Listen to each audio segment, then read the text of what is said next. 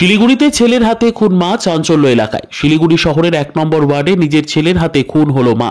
ঘটনার কথা জানাজানি হতেই চাঞ্চল্য এলাকায়। জানা গিয়েছে, মৃত মহিলার নাম কৌশল্যা মল্লিক, বয়স আনুমানিক 50 বছর। বড় ছেলে বিয়ে করে আলাদা থাকে, ছোট ছেলে অজয়ের সাথেই থাকতেন মহিলা।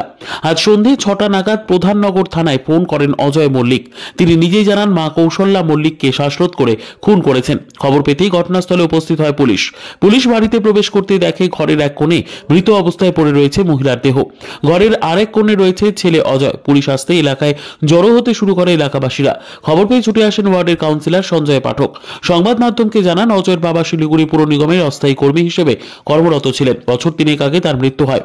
তারপর থেকে অজয় বিভিন্ন ছোটখাটো কাজ করত। পাড়ায় পড়াশোনা জানা, ভালো ছেলে হিসেবেই পরিচিত। বস্তি এলাকায় বাড়ি হলেও অজয়ের কোনো খারাপ সঙ্গ বা নেশা ছিল না। এমন ভালো ছেলে কিনা খুন করলো নিজের মাকে, অবাক সকলে। পুলিশ এসে দেহটি উদ্ধার করে শিলিগুড়ি জেলা হাসপাতালে পাঠিয়েছে। আগামীকাল উত্তরবঙ্গ মেডিকেল কলেজে ময়নাতদন্তের পর পরিবারের হাতে ফিরিয়ে দেওয়া হবে। অন্যদিকে খুনির ছেলে অজয় মল্লিককে গ্রেপ্তার করেছে পুলিশ। ঠিক কী কারণে এই খুন, তদন্ত শুরু করেছে শিলিগুড়ি প্রধাননগর থানার পুলিশ।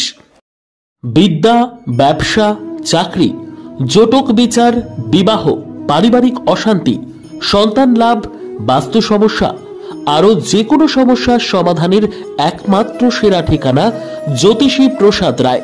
আর দেরি না করে আজই চলে আসুন প্রসাদ রায়ের কাছে।